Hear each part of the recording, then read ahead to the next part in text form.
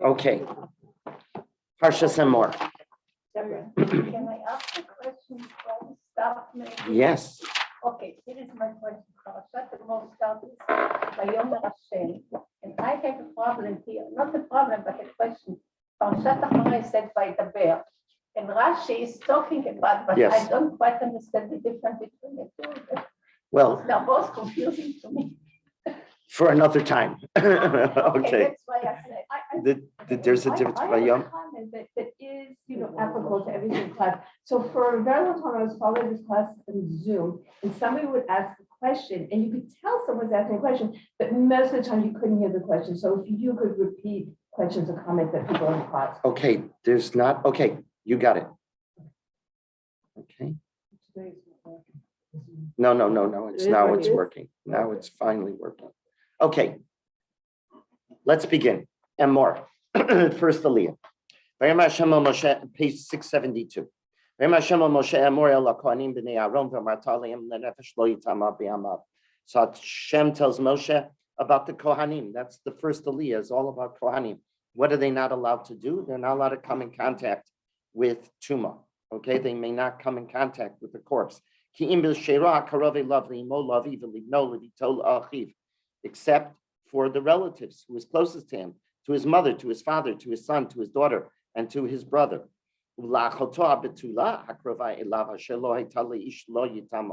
And to his virgin sister who is close to him, who has not been wed to a man, to her he may contaminate himself. He must contaminate himself. A husband among his people shall not contaminate himself to one who desecrates him.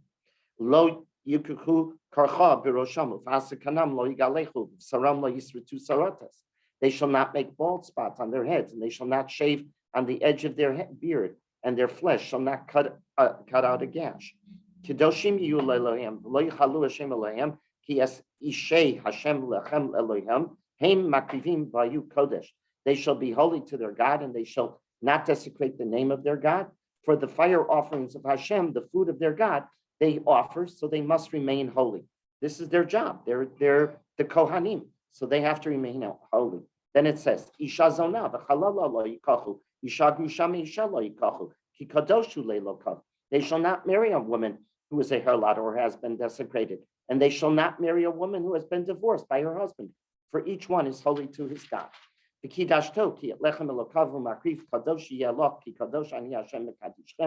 shall sanctify him, for he offers the food for your God. He shall remain holy for you. For holy am I, Hashem, who sanctifies you. Ubas ish kohen kiseichelis not etavia himechalelet be'esh tisarev. And if a daughter of a kohen will be desecrated through adultery, she desecrates her father, and she shall be consumed by fire. She shall be killed.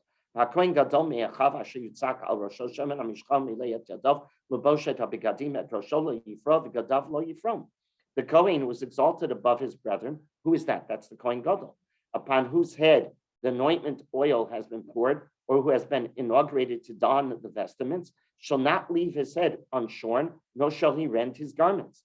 In other words, a Kohen Gadol may never do avelut. It says it right here. Even for his father and his mother, he does not go to their funeral. And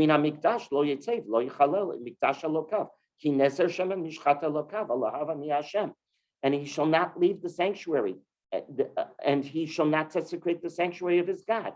For a crown, the oil of his God's anointment is upon him. I am Hashem. In other words, if he's in the middle of a service in the Mikdash, he may not leave the Mikdash. He must finish the avoda. He just can't. Something is informed that his mother or father died. Oh, he's in the middle of the avoda. I'll leave, right? No, he may not leave. That's what it says. V'isha betula yikach. He must take a betula for a wife. Almana grusha v'chalala zona et ela lo yikach. And almana grusha chalala and a zona. These are not a. He may not be married to them. The Kohen Gadol. Kim betula me amav yikach isha. Only a betula. V'lo yichalel zaro be'amav ki ani Hashem mikadesho. And thus shall he not desecrate his offspring among his people, for I am Hashem who sanctifies him. Okay, I just read it quickly so that you get a sense of what we're going to do. if I would hand you right now computers, we can't say pen and paper anymore. So if I hand you computers, what would you type? What themes are mentioned in this aliyah? No. I don't mean that. And I don't mean in that category. What halachot are mentioned in this The priest. kahuna? Kahuna, what aspects of kahuna? What aspects of kahuna? Two areas are discussed. Two areas: sexuality and death. Sexuality and death. And their repercussions in the life of Kohanim, and then in the life of the Kohen Gadol, which is two separate things, right? Two areas: who they may marry or who they may not marry, who they may have a relationship with, who they may not have a relationship with, and who they can contaminate themselves with in Tumat Met, and who they can't, and a Kohen Gadol, who he's even stricter than a regular Kohen. Isn't that what we learned? That gives Rav Soloveitchik a platform to discuss sexuality and to discuss Tumas Meis and how it reflects on, in particular, a Kohen. Why are these so strict when it comes to Kohanim? Regular Jews can marry basically almost anybody. It becomes more complicated with a Kohen, right? When you sit down and a Kohen comes to me and he wants to get married, well, I have to know who are you marrying? If it's a grusha, I'm sorry, I can't officiate, right? You can't marry this person because she's a grusha, right? A lot of halachot only become more complicated when I meet a chassan and kala. The first thing I do is, I don't care if I've known their family for 36 years. You got to tell me your lineage. I go through everything because inevitably in the rabbinate, you find out things that you never know. And when the red lights go off, it becomes problematic. You pray that no red lights go off so that you can officiate. They're coming in, they're in love, they want to get married. Not always can you do that, right? Sometimes it doesn't work. So in particular with Kohanim. Now let's talk further. A Kohen, we know Kohanim, your husband's a Kohen. Can your husband come to a regular funeral if there is inside the shul, we bring in the Aron? No way. He can't go to a regular cemetery, right? He can go, God forbid, if it's one of the close relatives that we sit Shiva for. He can go to that.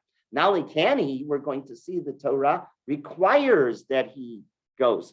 But what about a Kohen Gadol? Never, not even father and mother. Isn't that what the Torah said? Okay, so let's start analyzing via the words of the Rav. So he starts right away. Emor. He says, Emor, this is the platform for him. The Rav begins his discussion of this parsha by noting that a Kohen is forbidden to marry women who everyone else is permitted. And the Rav wants to know why. What is all of this about? The regular Jew has no prohibition from marrying a divorcee. Can a Kohen marry a divorcee? No. Why not? Why is this required of a Kohen? Why is he restricted? So the Rav notes that there is something fascinating when it comes to the laws of sexuality, of who you may marry. The restrictions weren't limited to the Jew. Are there restrictions in sexuality for the non-Jew according to the Torah? You better believe it. Incestual relationships, are they permitted to anyone? No. Bestiality, is that permitted to anyone? No. So there are certain laws that is humankind. It's applicable to everybody. It's not sexuality is permitted to the world unrestricted, but to the Jew, he has restrictions. No, that's not the halacha at all. When humanity ignored these laws of bestiality and sexuality, incestual sexual relationships, what happened? Well, we know it's Parshas Noach. HaKadosh Baruch Hu brought a deluge. The Torah is telling us that the observance of these laws are so required that when they are not, it's such a level of depravity, the world can't exist. That is the approach of the Torah. The Torah had a very positive approach to sexuality, unlike the church. The Catholic Church had a totally different approach, right? Everything was forbidden. According to the Catholic Church, to the priest. Well, that's why they got the major problems today that have uncovered themselves. The Torah never took that approach. You ever hear of a rabbi not being married? A rabbi is supposed to be married. Shuls don't want, communities don't want rabbis who don't have families. They want a family structure. That becomes the model. So the Torah had a very positive approach to sexuality, yet it prohibited certain relationships. The Torah, as it went on, if you will, the Torah added laws to the Jew, and then beyond the Jew to the Kohen, and beyond the Kohen Gadol. When it came to the Jews, the prohibitions increased. Why? Because of one concept, the Rav said. It's called Kedusha. Stop for half a second. What do we call marriage? Kiddushin, right? The sanctity of the family is crucial. There's sanctity of the humanity, yes, so they can't have they can't have bestiality, all of those laws. Then there's more sanctity as you pare it back further, and the Jewish community has more sanctity, so there are more laws that become forbidden. Like, give me examples. There are certain nations that we may not marry in according to the Torah, right? There are certain nations that we can't. And as you go on, there is more Kedusha to the Kohen. So what happens to the Kohen? The Kohen only can marry certain people. He can't marry a divorcee. And then who's the most Kadosh? What does Kadosh mean, by the way? Separated. I want to add another word, responsibility. The commitment is more intense. Who has the commitment? What is the role of the Kohen? He's the teacher. And what else? He's the representative of God. He's to the people, to God, to the people, and people to God, right? He's the one who's doing the avoda. So he has more responsibilities. Oh, so it becomes more and more and more intense, Rav Soloveitchik notes, because he's the one in the Mishkan and in the Mikdash who's representing the God to the people and the people to God. Restrictions in area of sexuality, the Rav notes, were required because it is the basis of human dignity. Sexuality is the basis of human dignity. It separates man from the animal. The animal can copulate with whomever at any time the animal wants. There are no restrictions to the animal, the way the animal acts. Humanity's dignity is through sexuality. That is correct. We don't just do it whenever we want, wherever we want, and with whomever we want. That's what the Torah is teaching us. Man has a dignity that sets him apart from the animals. That is why the laws of Arayot, of who you can marry and who you can't, apply to the Jew and to the non-Jew alike, but they become more restrictive as the level of Kedusha rises. The level of Kedusha means responsibility. Really, it means responsibility in your relationship. Who are you going to, what is your role in the community? And the Kohen has the most important role in that sense. Yaru mishpatecha leYaakov v'sorasecha leYisrael. He is the teacher and he is the representative of HaKadosh Baruch Hu. So that's the opening platform, if you will, that the Rav notes on Parshas Emor.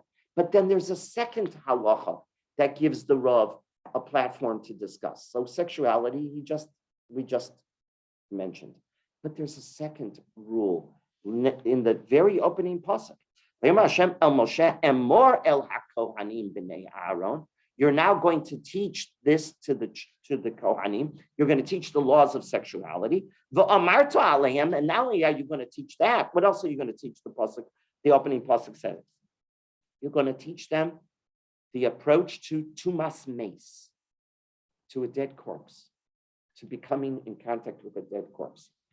The Rav explains why the contact with a corpse is the ultimate source of avi avos hatuma. It is the ultimate source of tuma.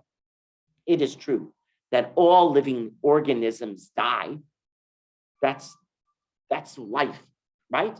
Life, I would never say it at a bris, but you should scream out, Mazel Tov, he's closer to death. Right? Isn't that true? Mazel Tov, the child is born. That means he's a day closer to his demise. But that's not the way we look at it. We think we're going to live forever. But none of us live forever. And no organism lives forever. Even the great sequoias, right? Even they eventually die. Everything eventually dies. So it is true, all living organisms die. And when they die, they become repulsive. The decomposition is not a pretty thing to entertain. Yet human death, there's something more than just decomposition of the human body that is happening. And death, human death, is unique in the world. The zoological kingdom, Rav Soloveitchik notes, death is not a monstrosity. Death is not. You go into the forest, right? You take a hike, and you're going to see the plants dying, animals sometimes lying. You're repulsed by the decomposition, no question about it.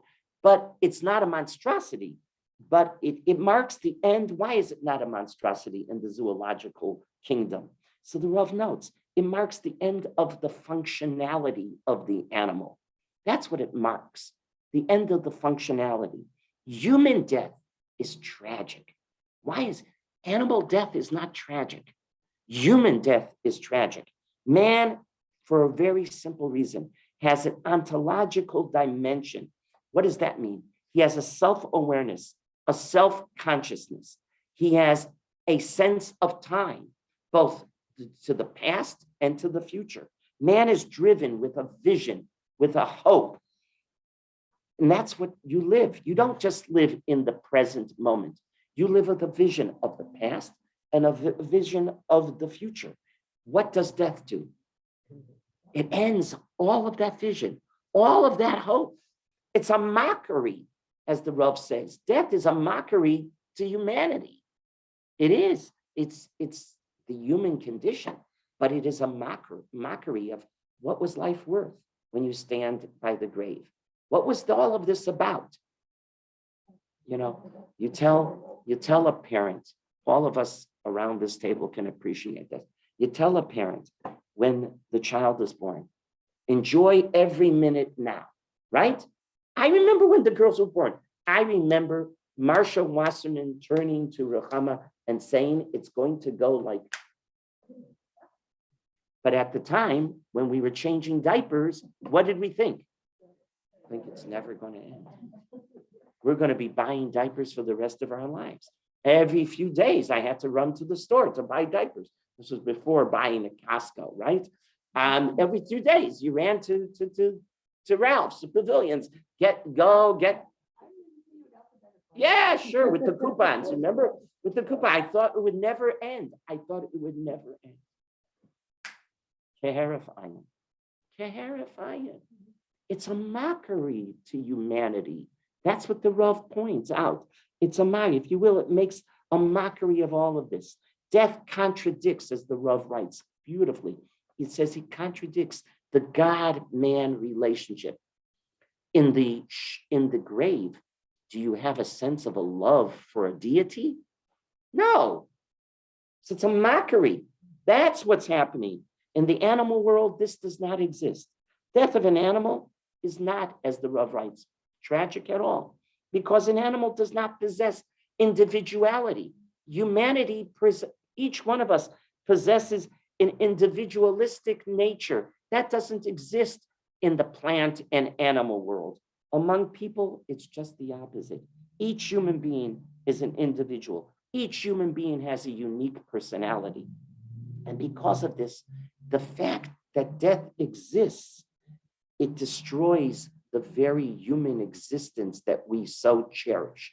And that's, therefore, Tumas Meis represents not just an experience of ugliness, which death does, but it becomes tragic. It becomes absurd to the human mind.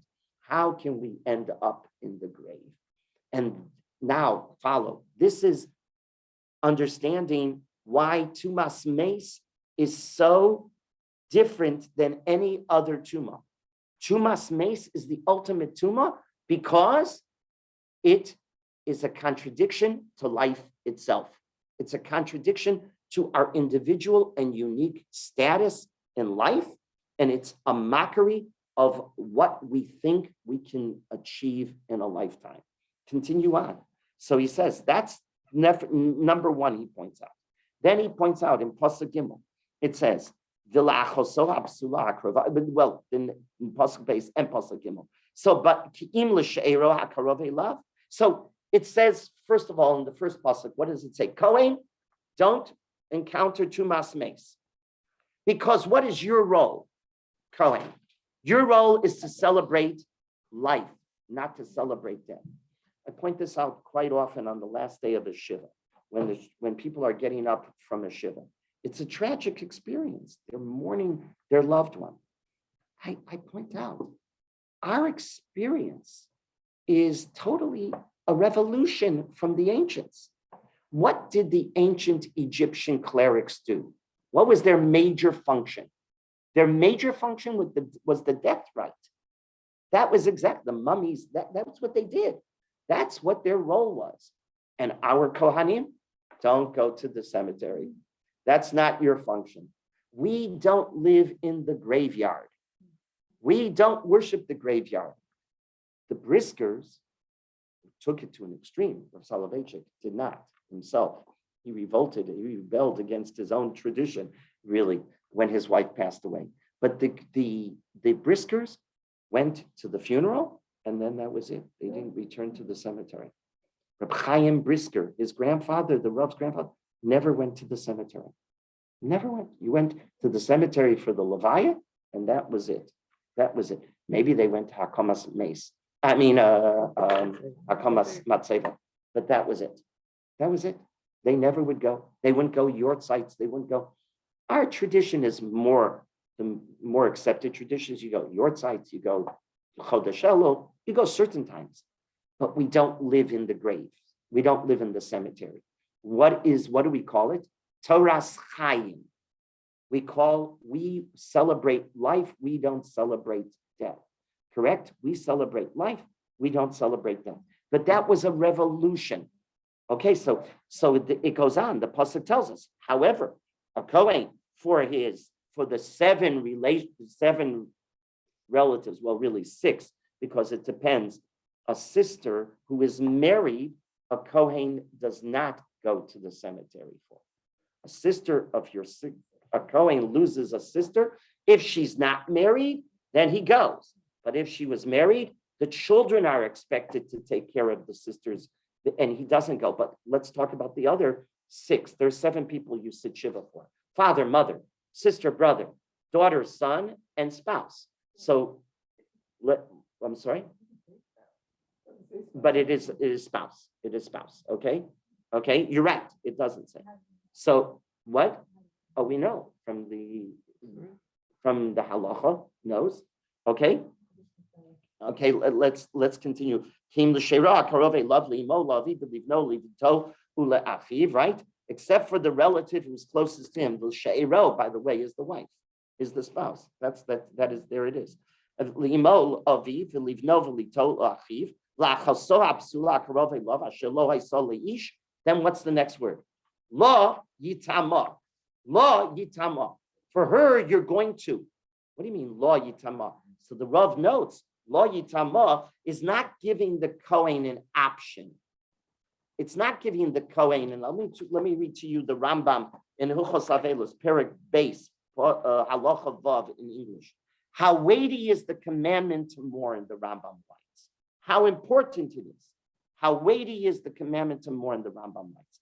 On its account, the impurity, the Kohen, meaning the Tumas Mace, the Kohen, who is prohibited to defile himself by contact with the corpse, would incur from his deceased relatives, is put aside. The Kohen, it's pushed aside. The Kohen must go so that he might tend to them and mourn them. He goes, the Rambam writes. He doesn't have an option to go. He must go, as it is written. A Kohen may not defile himself except for his relative who is close to him, his mother and 6 others. For her, he shall defile himself. This is a positive commandment. And if the Kohen does not, this is the Rambam's words, if a Kohen does not wish to defile himself, he's made to go against his will. Kohen says, I'm going to be machmir. I'm not going to my mother and my father's funeral, my daughter or son, God forbid, all of these, right? I'm not going. The halacha says you force him. The Rav explains that what happens with the Kohen is a situation of a special halacha. He notes the halacha distinguishes between two means when it comes to prohibition, when it comes to a prohibition being suspended. There is a prohibition here. What's the prohibition? The Kohen may not defile himself. Yet, we're going to suspend it. In what situations? For these 7 relatives, right? Okay, wonderful. The Rav notes suspension for a prohibition either halachically has 2 guises. Either guise number 1 is called utra, it becomes permitted. The whole prohibition is removed. It's gone. It's transformed. It becomes mutter. Can you give me an example? I'll give you an example very simply. Are you allowed to draw blood on Shabbos? No, you're not allowed to draw blood on Shabbos. If you have a splinter, you're not allowed to take it out if it's going to draw blood. Okay? You're not allowed to draw blood on Shabbos. Unless, God forbid, you're allowed to draw blood if it's, of course, if it's right, if it's life-saving, 100%. But you're not allowed to, on the 8th day of the baby's life, falls out on Shabbos. You have a milah? How do you have a milah? You're going to draw blood. What happens? That becomes the halacha for Shabbos. That is mutter. It transforms. Okay, that's an example of transformation. Got it? There's a prohibition. You're not allowed to. But now the mitzvah transforms it. So the milah becomes the halacha of Shabbos. But there's a second possibility. It's called not utra, but dechuya. What's dechuya? You push it aside. The prohibition is still here, but it's pushed aside. Give me an example. This is the example.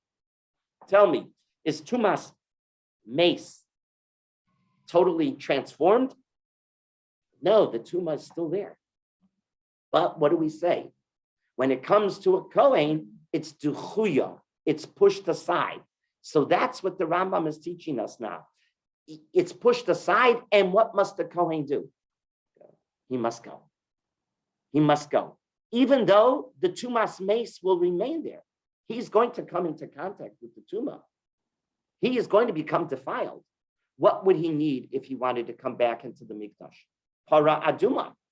He would need a tahara of para aduma. Mikvah won't suffice when it comes to tumas mace.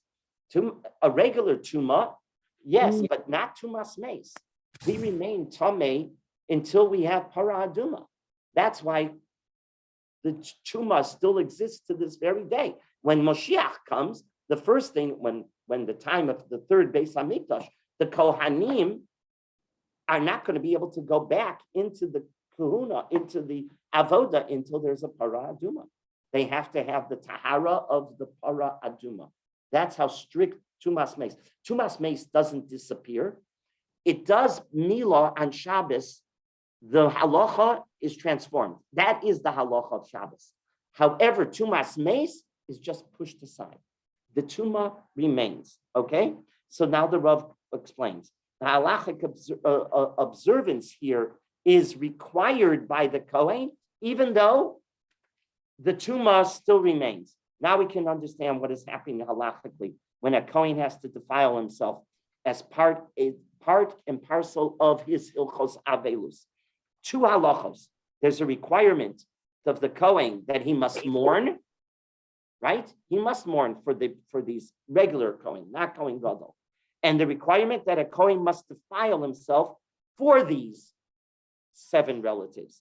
This constitutes, according to the Rambam and according to the halacha, 1 positive commandment enumerated in the 613 commandments. It's 1 positive commandment. What is it? Hilchos Avelus for the Kohen. Part of Hilchos Avelus for the Kohen is to do what? Is to come in contact with the dead and to defile himself. He's going to become Tameh. And this is what this is. In other words, for the Kohen, it's a requirement.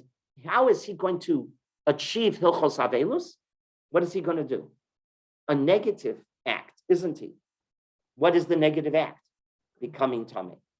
But because it's part of Hilchos Avelus, the halacha pushes it aside and says, you must do it. Is everybody following me? You must do it. So it's a... Isn't this connected actually to No, no, because if it was connected to Kabedes Avicha ve'esimecha, what about a Kohen Gadol?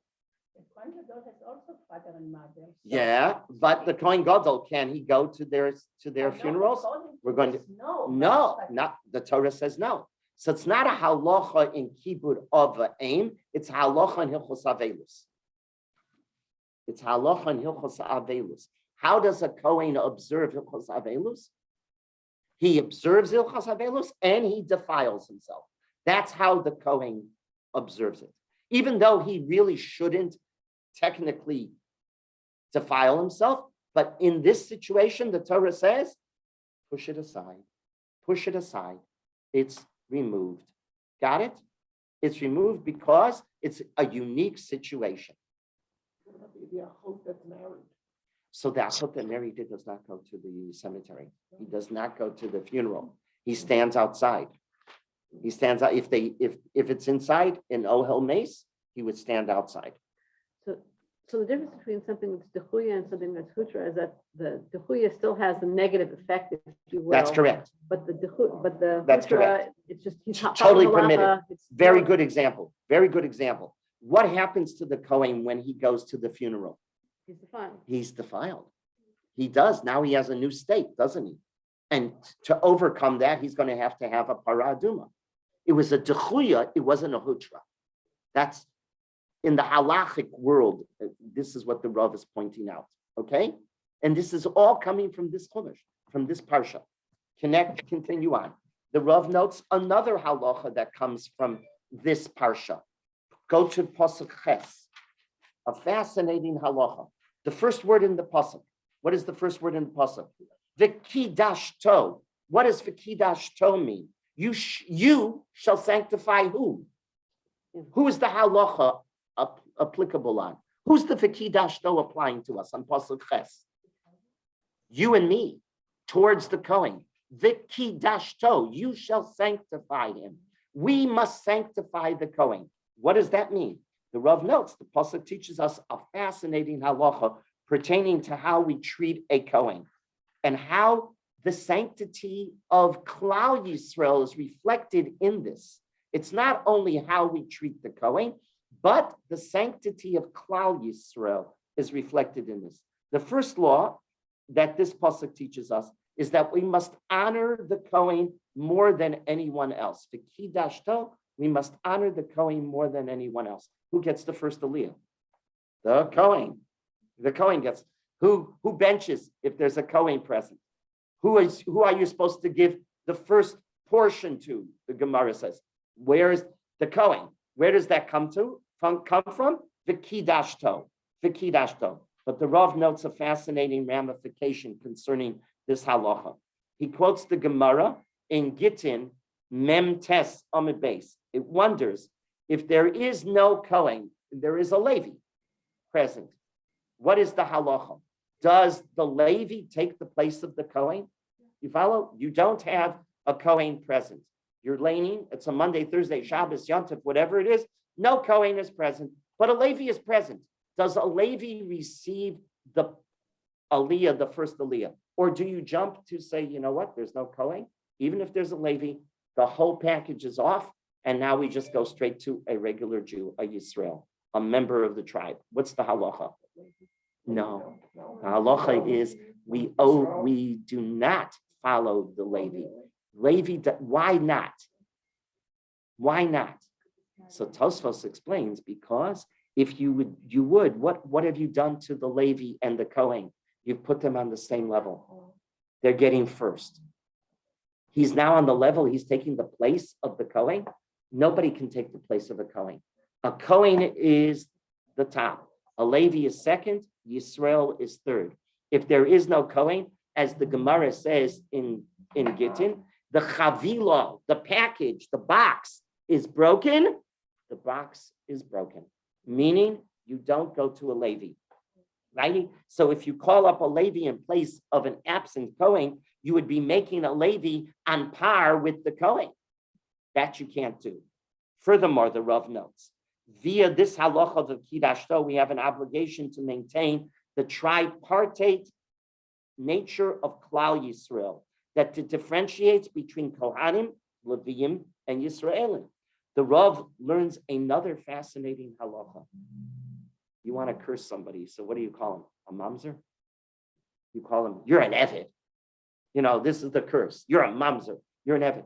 The halacha says from this pasuk, the Kiddushto, you're not allowed to do that. You're not allowed to do that because you're questioning the Kedusha of a Jew. By calling him a mamzer, what are you suggesting? You might have other ideas when you call him a mamzer, but by calling him a mamzer is not allowed to come into Klal Yisrael, right? You're not an Eved. Oh, you're an Eved. No, an Eved has restrictions in whom he in his kedusha of part of Klal Yisrael. So the Rav notes you're blurring the kedusha of a Jew. That also comes from the Kiddushto. Not only the status of the Kohen, but the status of every Jew. One further. Who gets the aliyah if the Cohen's not there? A Yisrael. A Yisrael. And by the way, who was the Rav? The Levi, Mibeis Levi. The Soloveitchiks are Mibeis Levi. The Rav would never take Kohen, if there was no Kohanim, Yisrael, you pass me up. The Gadol Hador said, no, you pass me up. You go to a Yisrael. One further halacha that's fascinating. He understands this halacha of the Kiddushto not as a component of kavod to the Kohen. It's not kavod per se. Rather, it's kedusha. Now, what does that mean? The last Mishnah in the Horios, watch this. This is fascinating. The Rav's insight is brilliant. The last Mishnah in the Horios indicates if you have a Kohen Am Haaretz and a Mamzer Talmud Chacham, okay? You have a Kohen Am Haaretz. A Kohen is an ignoramus par excellence. And you have a Mamzer Talmud Chacham. A Mamzer is like the leading Talmud Chacham in town, but he's a Mamzer. Who takes precedent? Who should get the Aliyah? No, the Mishnah says, believe it or not, the Mishnah says the Amar Aretz Mamzer. He takes precedent. According to the Rambam, according to the Rambam in Perush HaMishnayos, he writes, a learned Mamzer must be called up to the Torah before a Kohen who is an ignoramus. Tosfos, listen to this. That's the Rambam. Tosfos, as well as quoting Rav Amram Gon and Rav Natrononi Gon, two Gaonim much earlier, and it's quoted by the Tur, maintain that the Kohen takes precedent over the Mamzer Talmud Chacham. Why? Even though the Mishnah said the Mamzer Talmud Chacham gets precedence. Why? Because according to this view, this is brilliant. According to this view, the priority given to the Kohen has nothing to do with the obligation in kavod. It has to deal with. I have a question for you. I'm gonna test your knowledge. 2 seconds. It has. I'm not sure what halacha l'masa is, but I think. 1 second, Clarice. 2 seconds. It has. Let's an say there's no obligation. Kohen in the shul. He says no. 1 second. It has. He Mute says yourself. Mute yourself, please. Okay. Rather, it's an example. It's not an example of kavod. It's an example of kedusha. What do I mean? The Rav notes. Do you have to stand up for a Kohen when a Kohen? Yeah, doesn't make a difference. No. Unless he's a Talmud Chacham. Do you have to stand up for a Talmud Chacham? Yes. Oh. Why? your shoulders Because are that's high. halacha in kavod. Kavod HaTorah, Very not in high. kedusha. Right? You have to That's stand fine. up for a Talmud Chacham, but not for a Kohen. So the Rav notes the Kiddush Torah is not a component of kavod; it's a component of the kedusha of kahuna. Is everybody following this? This is more of a lumdish here, but this is all coming from Emor. Okay, so the Rav notes that according to Tosfos, when you have a Kohen Am Haaretz or a Mamzer Talmud Chacham, who would get the first Aliyah now, according to Tosfos? They know. Who would the Tosfos say? The Tosfos would say the Kohen always gets it from the Kiddush Torah. The Kiddush Torah does not mean kavod. It means sanctity. He has to receive first because HaKadosh Baruch Hu created a tripartite system in Klal Yisrael. And I want to say it comes from responsibility. The Yisrael has less responsibility. The Levi has more responsibility. The Kohen has the most responsibility. And above him, the Kohen Gadol. Right? The Kiddush Torah has nothing to do with kavod. The Kiddush Torah has to do with the role that he plays in Klal Yisrael, and therefore the Kohen has to be treated differently than everyone else. Okay, that's also being taught right here. The Kiddush Torah is a very important halacha lamaaseh ad hayom hazeh, as you can see. If the Kohen is not present, who is going to get the aliyah? The Yisrael, because the chavila, the package is broken. The tripartite construct is broken, and we do never make the Levi on the same level as sure. Today's all the Kohanim are defiled. Yes. Is there any difference in the way we have to treat a Kohen? No, we still do. We still do because they could if we found para aduma and we had we could be attacking that. We could rectify. We could rectify that problem, but we don't. We haven't. But there is a means to rectify his tumah, right? We could remove his tumah. He never loses his kedusha. Remember, he never loses his kedusha. The proof is that was what the Rav is pointing out. When he's defiling himself for the relative, is he losing his kedusha? No, it's dechuya. It's pushed aside. It's pushed aside, right? He has to go and defile himself because the halacha says you're going to go to the funeral, right? But he remains kadosh, but he's tummy.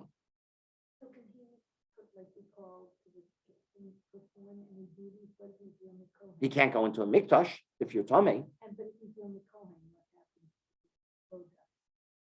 Oh, if everybody is, then that's an interesting thing.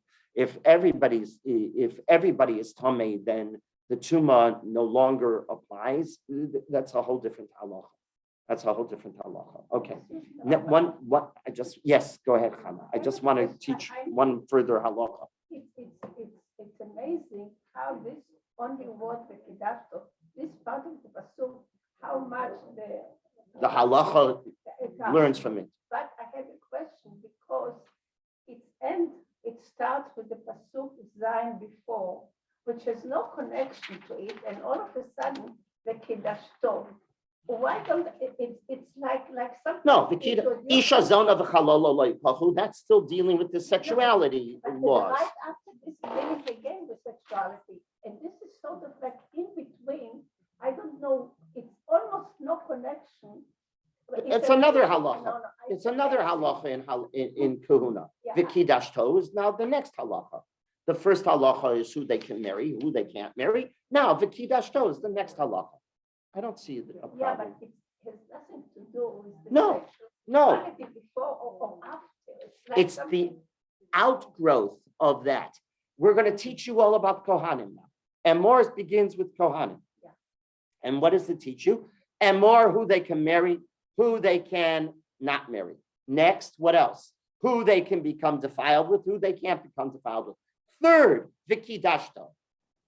By the way, not only are we teaching you who they can marry, who they can't marry, who they can be defiled for, and who they can't be defiled for, we're teaching you a positive halacha too. The Kiddush Torah. It's the Jewish people's That's right. responsibility, The yeah. Kiddush Torah is applicable to you and me. Our relationship with the Kohen. we have to call the Kohen first, right? We have to give the Kohen the Birchas Hamazon. That's the Kiddashto. But what the Rav is noting, according to the Tosfos, it's not a halacha in kavod, it's a halacha in kedusha. And there's a big difference because, as the Rav notes, a Kohen walks in, you don't have to stand up. That's kavod. He earns that when? If he's a Talmud Chacham. A Talmud Chacham walks in, right? Rav Shechter walked in, we all jump up. Why not Vikidashto? Because that's kavod HaTorah. Kavod HaTorah is not applicable unless the Kohen, if the Kohen is a tremendous Talmud Chacham, then we're going to stand up because we're standing up for his Torah. But the Kiddashto, the halachos in the Kiddashto, that he has to get first the Aliyah, that he has to get Birchas Hamazon, that he has to, that's not, according to Tosfos, that's not a halacha in Kavod, that's a halacha in Kedusha. Okay, just very quickly, I know the Levi doesn't have any preference in terms of the Aliyah if a Kohen is not there. But in Birkat Hamazon, Would you give it to a Levi? yeah. You don't have to. Oh. You don't okay. have to. Though, Okay. I don't think you have to. No, you don't have to. Though Rav Shechter has a custom to, when you say Rav sign of Bershus, right? Everybody's, so he'll say Bershus Kohanim V'Halaviyim. Because the Levi, remember, there's a tripartite structure. There is a Kedusha. A Levi has more of a Kedusha than a Yisrael, right? No, that's just a way of company. My husband will ask, Yeah, Kohanim. yeah, if they're Kohanim, but the Kohen could be Mochel. Right, quite and often, But yeah. Levium also, so I was just Yeah. wondering if there is validity. I don't know if there is a halacha. I, off the top of my head, I don't think so.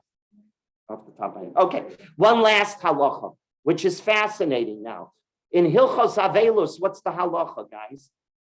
Do you have to look a certain way? You sure do. You have to let your hair grow. You have to wear torn garments, right? A man lets his beard grow. Oh, what about a Kohen? Let's take a look. Pasuk Yud. Vahakohen, now it's the Kohen Gadol. Vahakohen Gadol. So a regular Kohen, if he's going through the Avelut, what does he do? Tears his garment. He's going to the cemetery. He's going to tear Kriya. He's going to let his hair grow, right? What about the Kohen Gadol? So take a look in the Pasuk Yud. Vahakohen Gadol me'echov asher yitzak al rosho. We're talking about the Kohen who's been anointed. Shemen HaMishka. He's been anointed. He's been given the special begodim, right? Kohen Gadol. Take a look at what it says. Es rosho lo yifra uvigodov lo yifrom. May he let his hair go wild? No. May he tear his garments? No. Wow. Okay, let's take a look. The Rav notes this pasuk teaches us the unique law pertaining to the Kohen Gadol. It is true that we are taught back in Vayikra, Perek Yud, Pasuk Vav, the story of Nadav and Avihu. Who's Nadav and Avihu? The sons of the Kohen Gadol. And they died bringing an Ezra.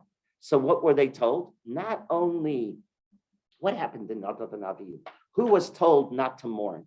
Who was told not to defile themselves? Who was told not to let their hair grow and not to tear? Aharon plus two others, Elazar and Tamar, are not Kohanim Gedolim. Because where were they? Of course they were. It's Yom HaShmini. It was the 8th day. It was the final day of the dedication of the Mishkan. So what were they doing? They were in their middle of the Avodah. The Chumash is telling us another halacha too. Here, pasuk Yud Beis, mikdash lo yetzei velo yechalel es mikdash elokav ki nezer shema mishchas elokav alav ani Hashem. Oh, you better not leave the mikdash, right? You better not. What happened by Nadav and Avihu? They were in the middle of the avodah, so they're being taught the halacha of you're not allowed to leave the mikdash. They come in and they tell the Kohen Gadol, your mother and your father died. What is the halacha? He can't do a thing. In relationship to the mourning for his parents, right? He can't. He has to go home. He has to always be groomed appropriately. But if they come in and the regular Kohen is in the middle of the avodah, can he just drop everything and run to the hospital and run? What's the halacha? No, you have to finish the avoda, then you'll go. That is correct. So they were instructed by Nadav and Avihu that they were not to leave their heads unshorn and not to rend their garments. But that was a law because they were in the mikdash at that moment. Elazar v'itamar. Okay, Aharon is the Kohen Gadol. Aharon is not going to at all, right, act in any hilchos avelus in that sense. His hair must be groomed appropriately. He may not wear torn clothing. He must not suddenly leave the mikdash. That is true. This verse, this pasuk, the Rambam in Hilchos Beis Hamikdash, Perek Beis, Halacha Hey and Vav, explains, and he repeats this law for the Kohen Gadol, that we are taught that the death of Nadav in Avihu teaches us a unique halacha pertaining to Kohen Gadol. Not only is the Kohen Gadol required to act like this when he's in the mikdash, but the Kohen Gadol is required to act like this all the time. The regular Kohen, there's a halacha in mikdash. You have to finish the avodah, then you can go, right? You are not to wear torn garments in the mikdash if you're a regular Kohen. You're not to come to the mikdash with your hair unkept. What about the Kohen Gadol walking down the street? Can he wear a torn garment ever? Never. The Kohen Gadol, can his deportment be wild and crazy here? No. He must always look the job of a Kohen Gadol. The Rav explains, based on this, the Kohen Gadol is always in the mikdash. He never leaves the mikdash, even though he's not in the physical, right, confines of the mikdash, but the mikdash lives with him all the time. The Kohen Gadol represents Klal Yisrael and HaKadosh Baruch Hu's special relationship. The Kohen Gadol may never have a deportment that is inappropriate. He may never wear torn garments, even for his father and for his mother.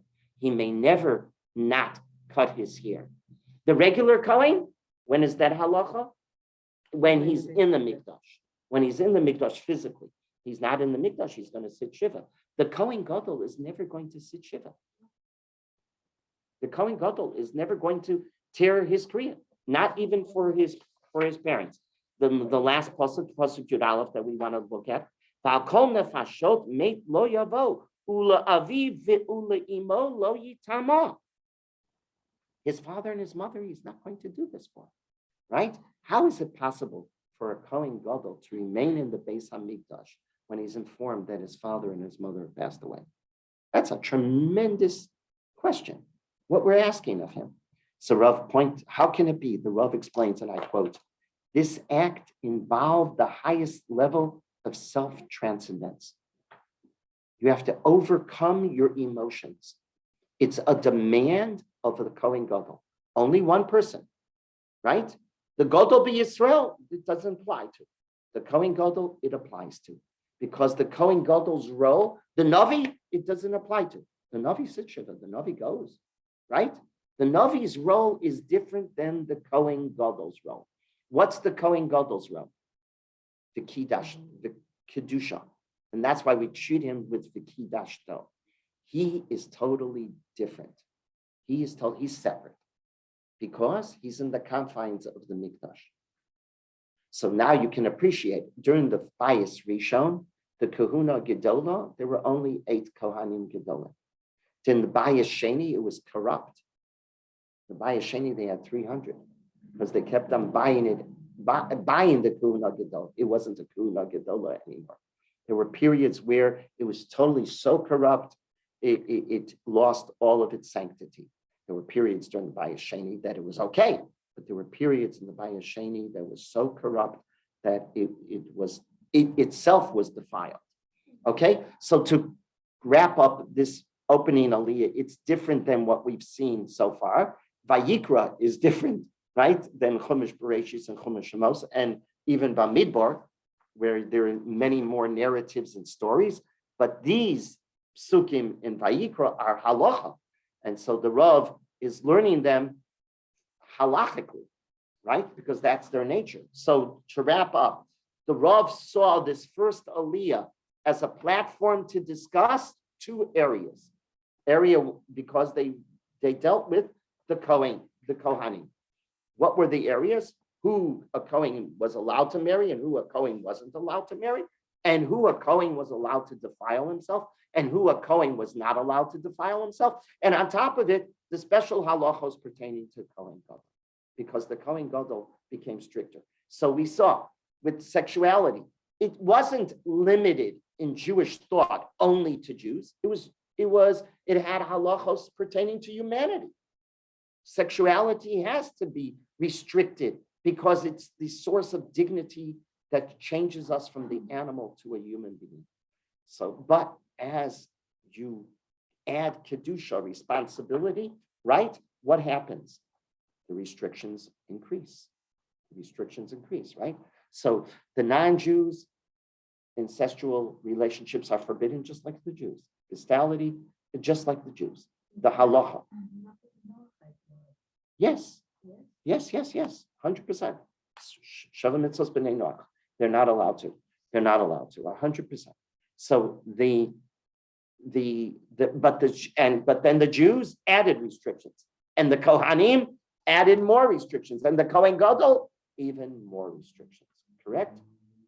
So we see constantly restrictions added for the reflection of the responsibility.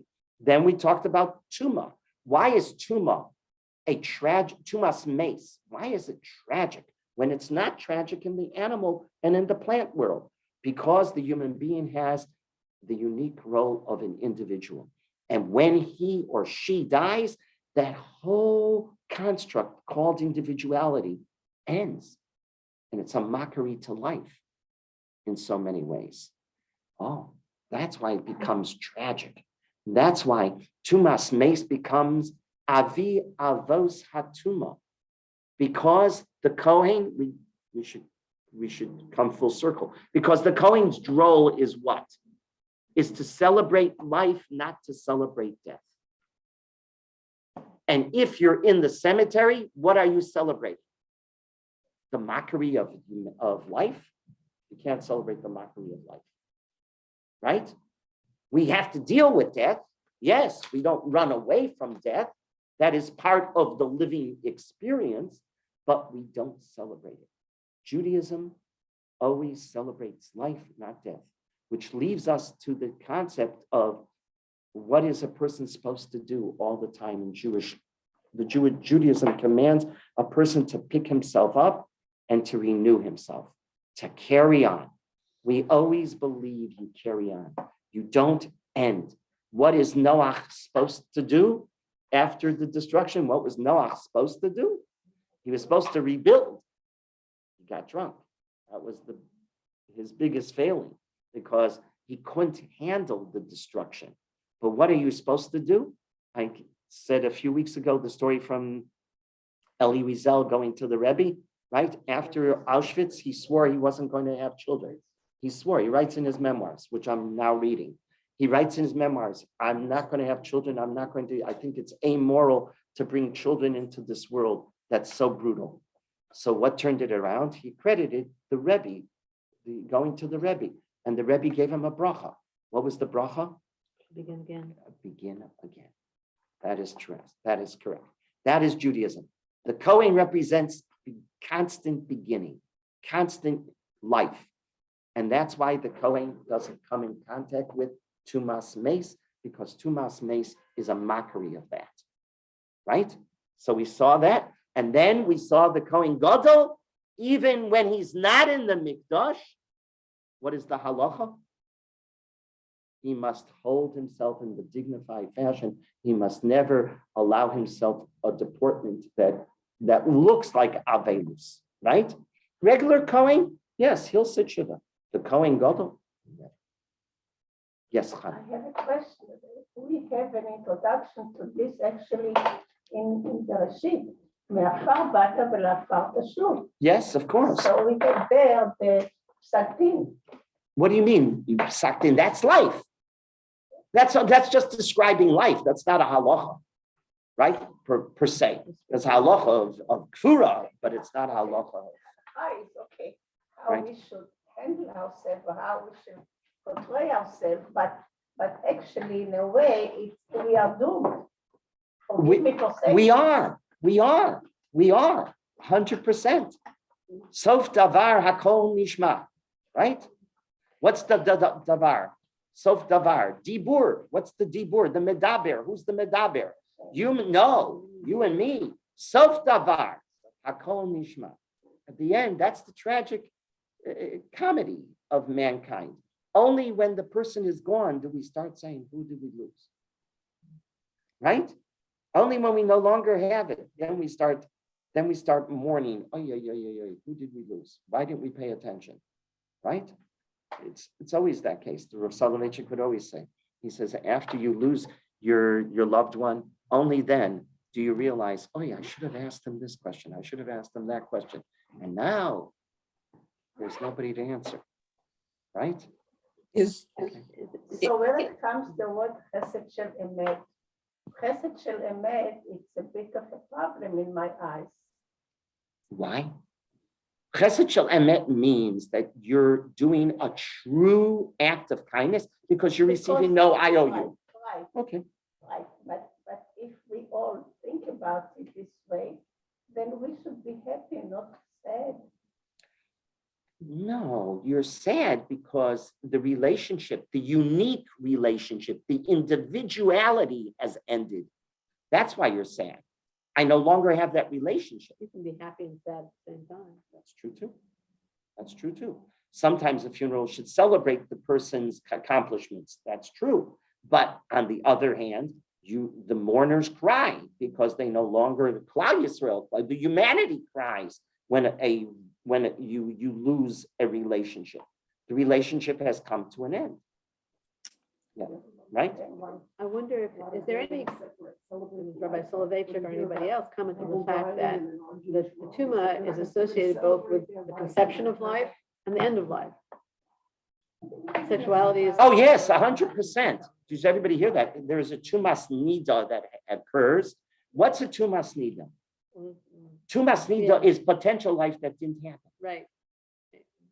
That's what tumas nida is. Potential life that didn't happen. Rabbi Norman Lamb in his Hedge of Roses, his beautiful book. It's a masterpiece on Hilchos Nida. It's a masterpiece.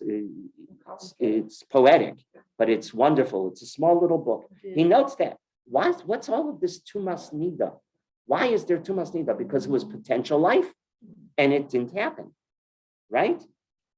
Well, you also have all the restrictions on sexuality also have to do with, again, conception. 100%. 100%. Okay. May I also ask Yeah, let me one just more thing? close this. This pasuk chet, I'm sorry. When Zain ends and chet started, I know